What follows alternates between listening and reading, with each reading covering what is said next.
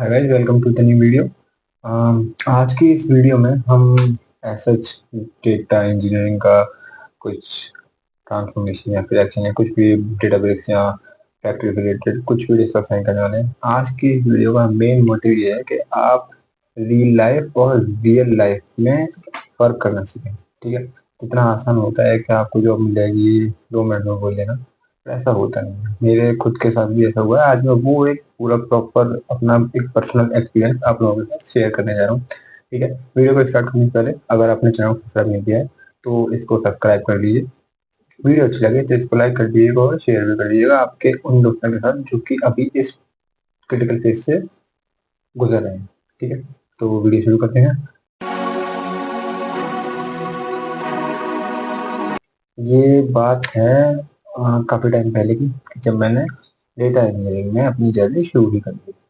तो एक कंपनी थी, नाम ध्यान नहीं है मुझे, शायद बैंगलोर का कोई स्टार्टअप था।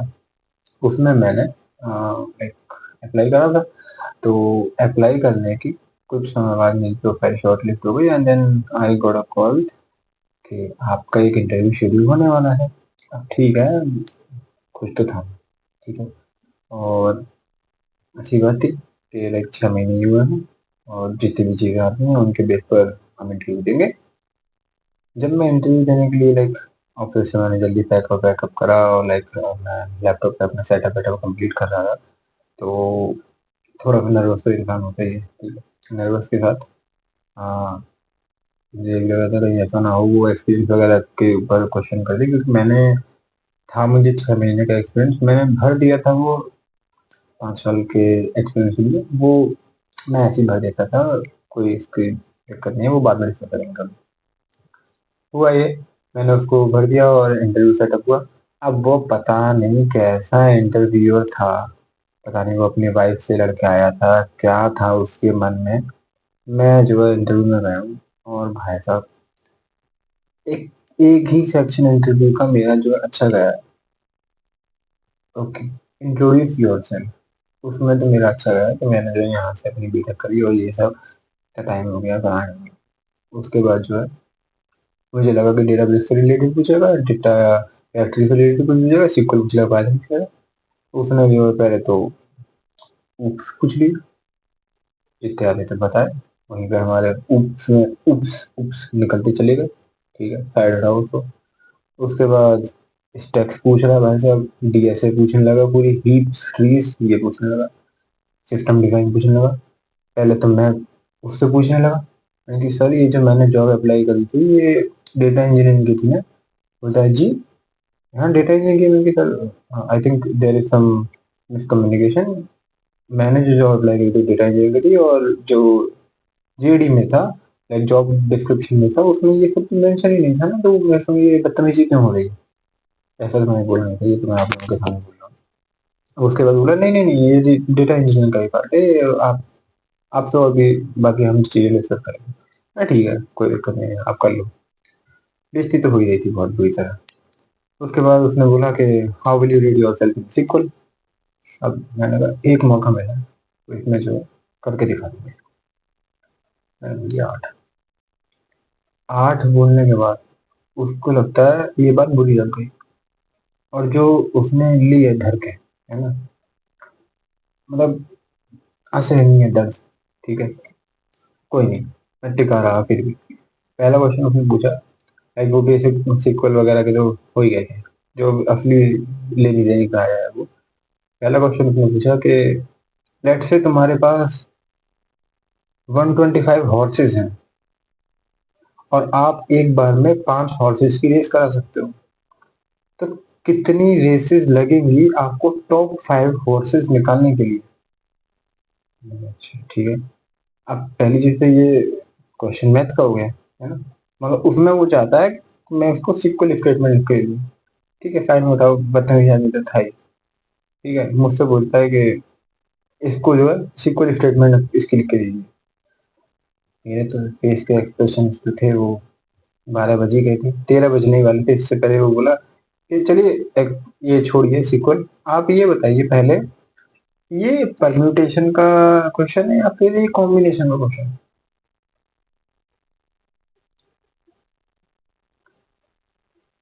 सबसे पहले मुझे अपनी मैथ वाला जो टीचर था ना, ठीक है, वो याद आ गया, जो कह रहा था पढ़ लो,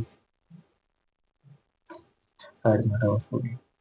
फिर वो हरामी बच्चे याद आ गए जो कहते थे परम्यूटेशन कॉम्बिनेशन बहुत कम में आता है, आगे इसका ज्यादा यूज। वो हरामी याद आ गए सारे।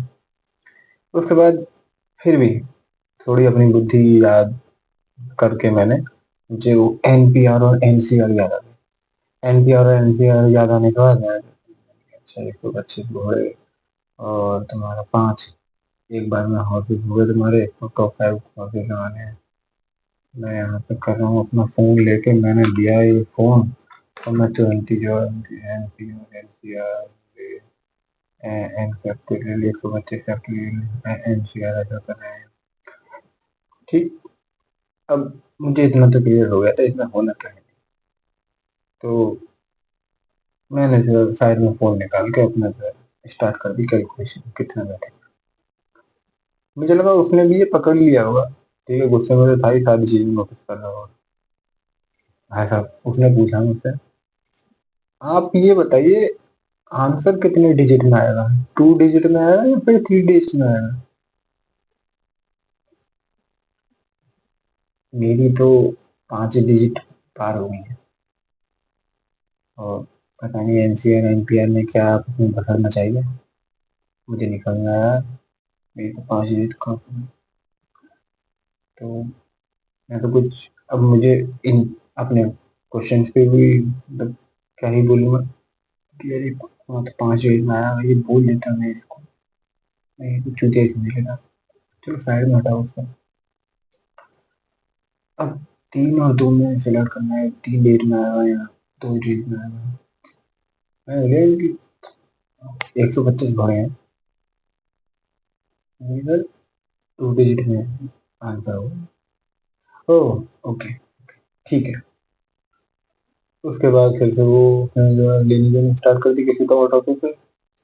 अब मुझे यहाँ पर मेरे एक जानने वाले हैं, ठीक है, बड़े भाई, मैंने बोला था कि हिमांशु तुम्हारे पास अपना मास्टर कार्ड है। मैंने क्या क्या मास्टर कार्ड कह दिया कि तुम्हारे पास मास्टर कार्ड ये है कि तुम मैकेनिकल से हो, और जब भी अगर तुम्हें लगे ना कि कोई तुम पे ज्यादा हार्श हो रहा है, तो तुम क्या करो, तुम बोलो sorry sir, actually I am from mechanical background, so I don't have that much knowledge as compared to a CS guy, so maybe I am lagging somewhere।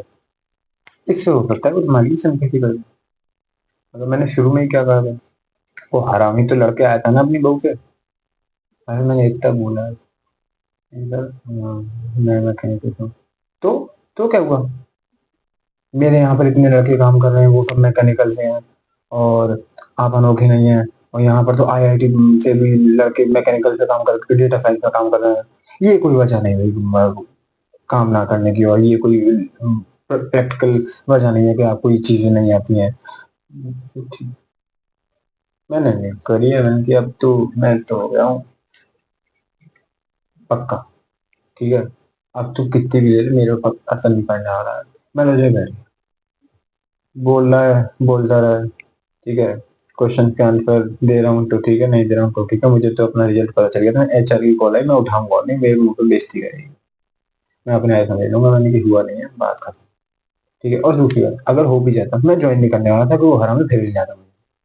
ठीक, फिर क्या था, मैंने जो इंटरव्यू वगैरह पूरा कंप्लीट कर दिया, उसके बाद वो तो तय था ही, मैं सेलेक्टेड था अनसेलेक्टेड की लिस्ट में। बस वो इंटरव्यू हो गया मेरा। उसके बाद ट्रॉमा फेस होता है ना कि लाइक एक इंटरव्यूअर आया और इतना बुरा हाल करके चला गया, तो मैंने लाइक 2-3 महीने तक कभी अप्लाई ही नहीं करा। ठीक है, इस करके कि आगे चीजें और ऐसी खराब हो सकती हैं। सीख इससे क्या मिलती है, पहली चीज इससे मैंने 2-3 महीने बाद मैंने इस चीज को वापस रिकॉल करा और सब चीजों को सीखा मैंने। ठीक है, क्या गलती थी मेरी, क्या इम्प्रूवमेंट हो सकता था, उन सब चीजों को समझने के बाद मैंने 2-3 कंक्लूजन निकाले जो मैं आप लोगों के साथ शेयर करूंगा।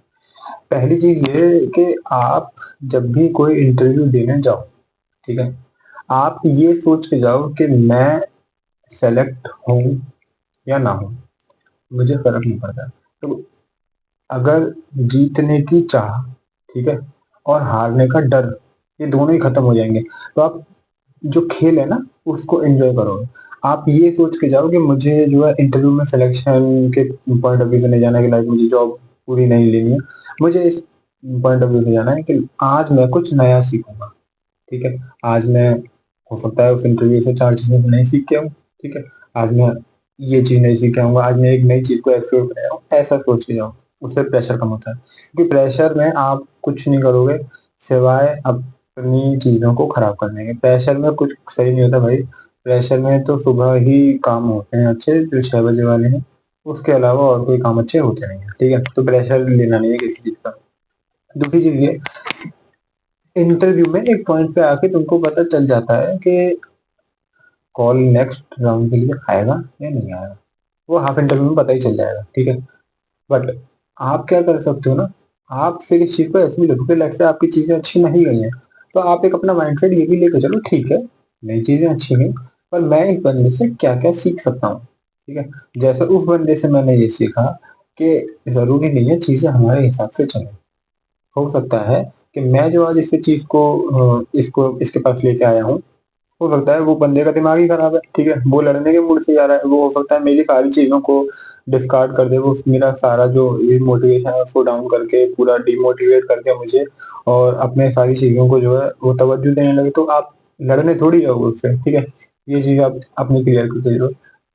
तीसरी चीज मैं ये कहूंगा कि जब आप इस चीज से जा रहे हो ना कि नहीं मुझे जॉब नहीं चाहिए, मुझे तो बस ये चाहिए कि मैं आज नई चीजें सीखने जा रहा हूँ, तो आप अपनी परफॉर्मेंस बेटर दे पाओगे। ठीक है, और साथ ही साथ आप आपको ये समझ में आता है कि सामने वाला बंदा जो है वो कितना फ्रेंकली है। ठीक है, उसका कैसा नेचर है। अगर उसका ज़्यादा अच्छा नेचर नहीं है, तो आप उसको ऐसा मत फील कराओ कि भाई आप उसके ऊपर चढ़ के आ रहे हो। ठीक है, ये सब चीज़ें मतलब हेल्प नहीं करने वाली आपकी चीजों को। अगर इनकेस अगर उसको बाद में रियलाइज होगा कि लाइफ में हार हो गया था इस बंदे का, तो वो हो सकता है पॉजिटिव चीजें चली जाए। बट अगर आप भी उसके साथ जो है उस गलत तरीके से ही बिहेव करोगे, तो कोई चांस नहीं है कि चीजें आपकी अच्छी जाएंगी। ठीक है, तो ये 2-3 चीजें हैं, और ये रियलिटी है। आप अगर 50 इंटरव्यू दोगे तब जाके आपके 10 से कॉल आएगी। ठीक है, ऐसा कहीं नहीं होता मैंने लाइक आज जॉब छोड़ी, मैंने एक जगह अप्लाई करा एंड देन उसी में हो गया। ठीक है, होता होगा बहुत लोगों के साथ, बट जरूरी नहीं है ना हर किसी के साथ। तो आपके साथ हो ना हो ये चीज हम साइड में रखे, अगर ऑन एन एवरेज देखें तो आजकल का यही ट्रेंड है। आप अगर लिंक्डइन पर मल्टीपल जगह है अप्लाई करने के लिए, ईमेल्स वगैरह, आप जहाँ पर भी अप्लाई करेंगे हर जगह का यही रूटीन है। आप आपने अगर लेट से 50 जगह अप्लाई करा तो आपके पास 10 जगह पे कॉल आएंगे, उस जगह से 10 जगह में से भी आप 2-3 इनके सेकंड राउंड तक पहुंच पाएंगे, उसमें से आप जाके एक कोई जॉब ले पाएंगे। ठीक है, ये हार्श रियलिटी है, और इसको समझ लीजिए जो भी ये कह रहा है ना कि भाई साहब नहीं, आप हमारा ये वाला कोर्स कर लीजिए, आप हमारा ये कोर्स कर लीजिए, 100% गारंटी, 100% आई। तो सर दिक्कत ये है कि आप बन रहे हो चूतिया। ठीक है, और उससे कुछ नहीं होने वाला। ना तो आपको तुरंत इतनी जॉब मिल पानी है, जब तक आपको प्रॉपर अपनी डेडिकेशन के साथ एक पूरे पाथ पे नहीं चलोगे करेक्ट वे में कि भाई नहीं नहीं ये प्रोसीजर है मुझे फॉलो करनी पड़ेगी, जब जाके मुझे मिलेगी। और रियलिटी में आप नहीं चलोगे चीज़ों को, अगर रियल लाइफ में लेके नहीं चलोगे चीज़ों को, और रील में ही जीते रहोगे कि नहीं उसने तो बोला था कि ये सीख लूंगा तो हो जाएगा, तो भाई ऐसा कुछ नहीं है। ये यहाँ पर नेपोटिज्म वाली कहानी तो है नहीं। ठीक है, ये बॉलीवुड तो चल नहीं रहा, यहाँ पे तो बाप अपनी स्किल सुधार रहे हैं। ठीक है, बेटा क्या घंटा करेंगे अभी, जब तक बेटा नई स्किल सीख रहा होता है कोई दूसरी स्किल निकल के आ जाती है। ठीक है, तो ये सब चीजें आईटी में तो चलती नहीं है। जब नहीं चल रही तो आपको पूरी लाइफ टाइम जब तक आप आईटी फील्ड में हो नई चीजें सीखनी पड़ेंगी। ठीक है, ये मैं सोच के आओ कि आज मैंने ये चीज सीखी है, एक एक्सेल मैंने ये चीज भी कब सीख लिया जाए, अब मैं इसी के बेस पर अपनी आगे की जॉब चलाता हूँ। ऐसा कुछ नहीं होने वाला, आपको नई नई चीजें सीखनी पड़ेंगी, और ये जब तक सीखना पड़ेगा जब तक आप आईटी फील्ड में रहना चाहते हो। ठीक है, ये है आज के लिए वीडियो में इतना ही। आशा करता हूँ आप लोगों को वीडियो अच्छी लगी होगी। रियल लाइफ और रियलिटी में फर्क, रियलिटी और रियल लाइफ में आपको फर्क पता चला होगा। एक्चुअल में डिफरेंसेस हैं, जो दिखता है वैसा होता नहीं है। जब आप मार्केट में उतरेंगे ना जब आपको पता चलेगा। फिर भी हमारा काम है कि हम जो है अप्लाई करते रहें, महाकाल के भरोसे अपनी चीजें छोड़ दें। तो सर हुआ महाकाल देख लेंगे। वीडियो अच्छी लगी तो लाइक शेयर कर दीजिए, ठीक है, कमेंट करिएगा अगर आपके कोई पॉइंट है। Thank you, thanks, bye.